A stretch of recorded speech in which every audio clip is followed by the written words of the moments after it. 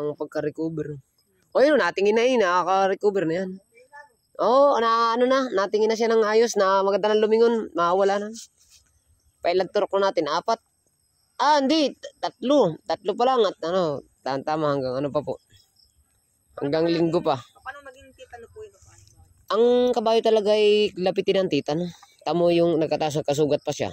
Meron ang walang sugat. Pero hindi, at totoo nun, hindi lang alam nila may sugat. Diba't nag-ano ng yung nagbabakal. Hindi naman maiwasan na hindi minsan ay maalaman. Yun. Hindi pala na mabakalan niya. Hindi pa. Ito po, ang duda ko nga, yun na po sugat sa batok. Madali po kasi kapitan ng titano talaga ang kabayo. Kaya dapat ay binibigyan ng anti-titano kahit wala pa pong nakikitang sinyalis. Pero makaka-recover rin, nakakapagpagpag na yun. Oh.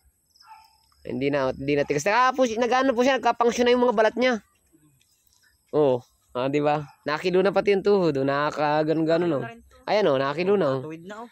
Pag-asa na yan. Nagano na siya oh. Di na nayo ko ano. Oh, yan. Yan ang ibig ko sabihin, na ibabaluktot na po niya oh. Ibabaluktot na niya oh. Hindi yung kagaya ng robot oh. Medyo iba-iba na na. Sana naman ay tumuloy na.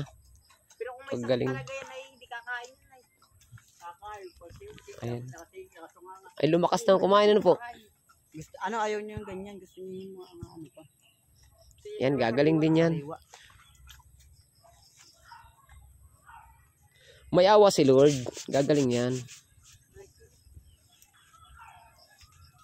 Halinghing na ikaw. Ay, ako ang humaling eh. Ayaw daw. Matawag gusto humalinging. Pag ano po siya, pag minsan yung tagulan nakikita ng tao.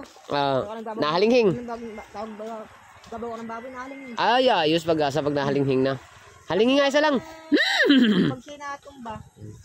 Gagaling po yan. Atin lang po na at sagain.